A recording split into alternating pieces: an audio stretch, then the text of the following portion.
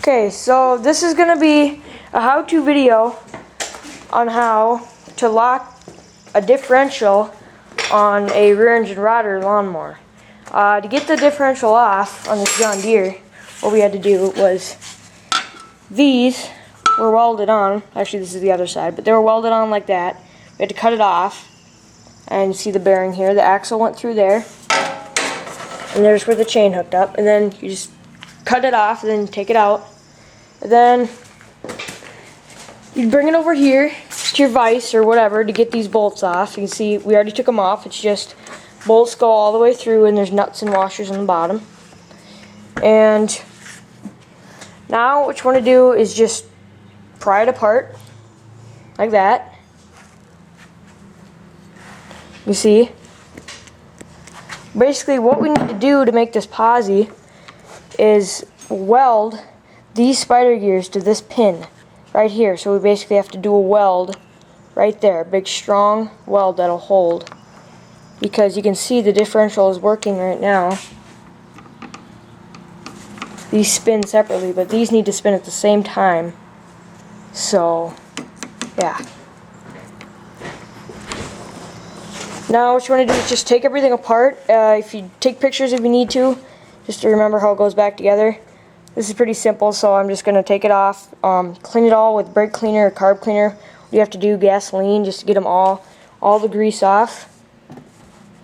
You want to clean it up inside here too. Yeah, we'll do that and we'll get back to you when it's all clean. Okay, so I got everything cleaned up. Everything's still moving. Everything's set in there perfectly, and it's working the way it should. You see there? And you gotta make sure when you weld these that they're all the way in. Like you can see they move out. When you weld them, you want them to be all the way in like that. You don't want to probably clamp them in because then they're in too tight. Just make sure that either like put your finger right there with your glove and kind of lightly hold it in. But yeah, I just got it down in a hole in my table, so the axle and everything is still on there. It's just coming through like that, and then I'm going to put the ground clamp down here.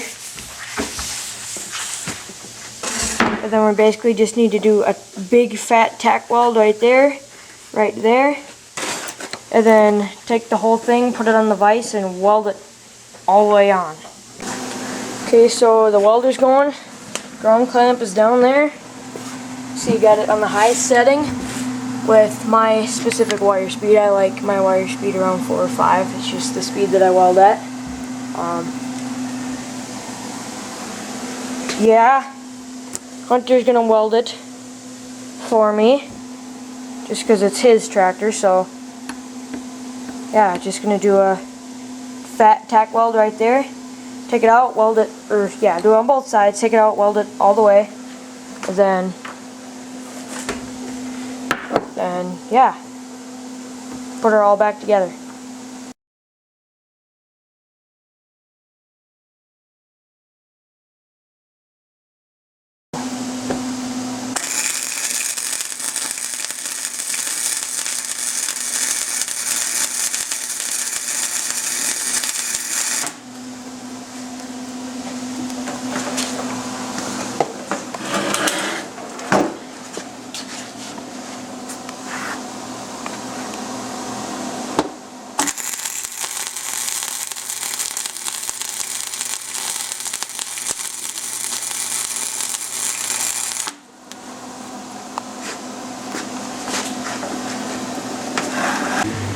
Alright, so when you got it fully welded on there, see they're pretty decent welds. I mean, they'll hold. They're nice and strong right in the middle.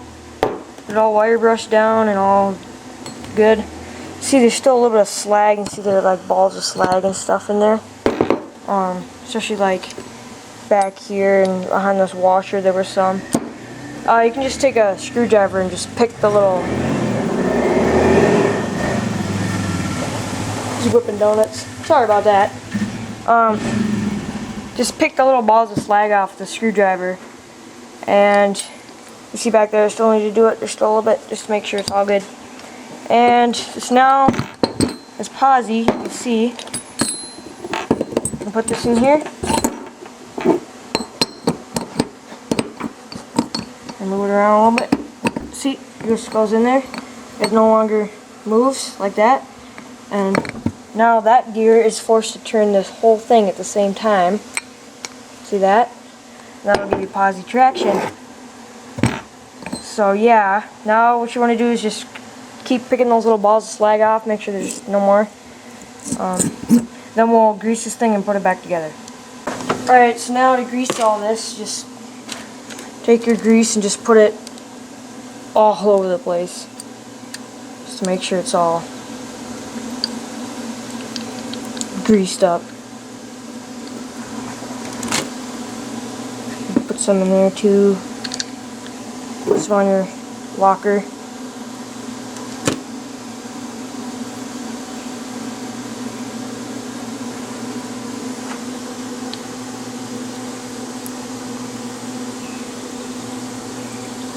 Push everything together. You can see there.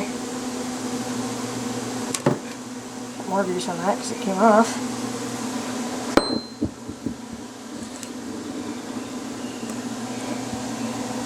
That's in there. That is almost too much grease, but yeah. You might even be able to just put some around the edge just to. I know none of this really moves anymore, but you still want to grease it up just to make sure there's no metal on metal contact. Let's see. This one we didn't clean the grease out of just because we didn't weld on it, so I'm not going to clean the old grease, just put some in there. Then